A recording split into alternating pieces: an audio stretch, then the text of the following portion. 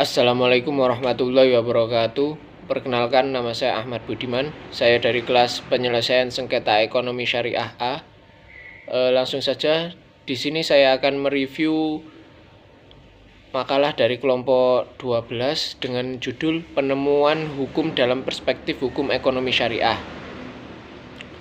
Dan untuk yang pertama yaitu A. Interpretasi dan konstruksi hukum sebagai metode penemuan hukum. Yang pertama, metode interpretasi. Metode ini adalah penafsiran terhadap teks undang-undang yang masih tetap berpegang pada bunyi teks itu. Sedangkan menurut Sudikno Martokusumo mengatakan bahwa metode interpretasi merupakan suatu metode penemuan hukum yang memberikan penjelasan gamblang tentang teks undang-undang agar ruang lingkup kaidah dalam tersebut dapat diterapkan pada peristiwa hukum. Dan ada beberapa jenis metode penemuan hukum dengan cara interpretasi. Yang pertama yaitu metode substansif. Metode ini merupakan penafsiran terhadap teks undang-undang dengan sekadar menerapkan silogisme. Yang kedua, metode interpretasi formal atau autentik. Metode ini biasanya dilakukan oleh pembuat undang-undang sendiri dengan mencantumkan arti beberapa kata. Yang ketiga, metode interpretasi gramatikal. Metode ini adalah suatu cara penafsiran undang-undang menurut arti kata-kata atau istilah yang terdapat dalam undang-undang.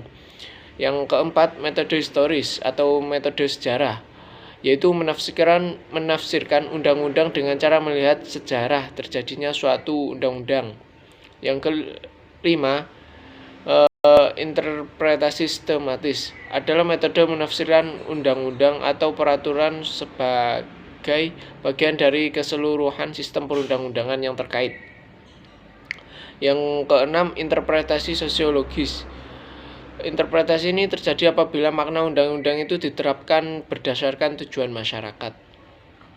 Yang ketujuh, interpretasi komparatif atau membandingkan antara dua atau lebih aturan hukum. Yang ketujuh, interpretasi futuristik atau disebut juga interpretasi antisipatif, yaitu penyelesaian suatu masalah yang dilakukan dengan menggunakan peraturan-peraturan yang belum berlaku.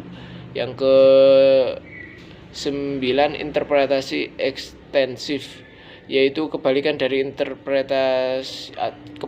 metode restriktif, yakni penafsiran yang bersifat meluas. Artinya apa yang disebut dalam undang-undang itu diperluas.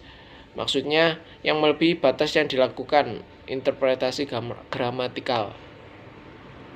Yang ke-10, interpretasi interdisipliner.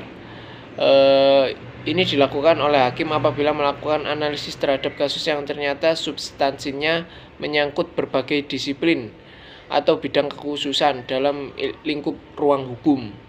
Yang ke-11, interpretasi multidisipliner. Metode ini mengharuskan hakim mempelajari dan mempertimbangkan berbagai masukan dari berbagai disiplin ilmu selain dari ilmu hukum. Dan yang B yaitu metode konstruktif atau metode konstruksi hukum, adalah metode yang dilakukan oleh hakim di saat ia dihadapkan pada suatu situasi yang adanya kekosongan hukum, yang dengan tujuan agar putusan hakim dalam menghadapi peristiwa konkret dapat membantu tuntutan keadilan. Yang B yaitu hermeneutika sebagai metode pembaruan hukum. Hermeneutika sebagai sistem interpretasi untuk menemukan makna dikembangkan lebih lanjut oleh Paul Arisceur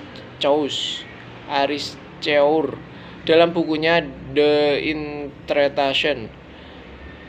Arisceur mengembalikan hermeneutika pada teori tentang kaidah interpretasi atau termasuk eksegesis. Yang C yaitu metode penemuan hukum Islam. Metode dalam penemuan hukum meliputi metode interpretasi, metode konstruktif hukum atau penalaran.